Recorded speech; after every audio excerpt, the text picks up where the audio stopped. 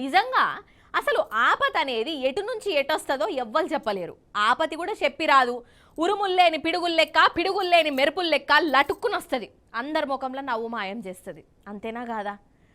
ఇప్పుడు ఆపతి ముచ్చట్లు చెప్పుకుంటా మమ్మల్ని ఎందుకు లేనిపోని భయాలు పెట్టిస్తావవ్వా అని అంటారా ఏంది?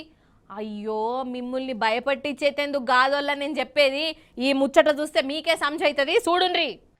అయితే బెంగళూరులోనొల్లా ఇగో ఇది వోల్వా బస్ అట, వోల్వా బస్సు లోపల సీసీ కెమెరా కూడా ఉన్నది. డ్రైవర్ సాబు మంచిగానే నడుపుతుండు కదా అని అనిపిస్తుంది కదా. మంచిగా నడుపుతాడు కాబట్టి గంత పెద్ద బస్సు స్టీరింగ్ ఈయన చేతిలో పెట్టిరంటారా. అయితే సూడురిగా ఈ నడుపుడు.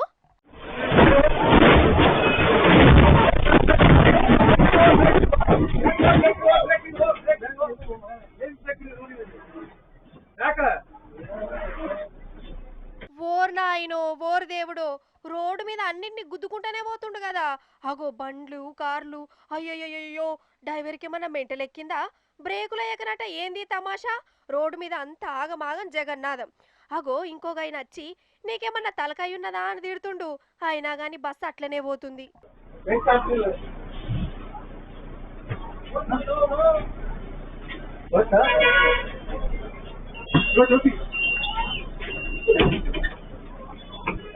అయితే బ్రేకుల కాడ నీళ్ళ డబ్బా పడ్డదటనోళ్ళ.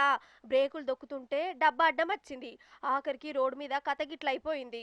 ఇద్దరు ముగ్గురు దెబ్బలు గట్టగానే తాకినాయట. ఏం దోలుడో ఏందో పట్టు. ఆఖరికి వాటర్ బాటిల్ కూడా బస్సును ఆగం చేసి పడేసే.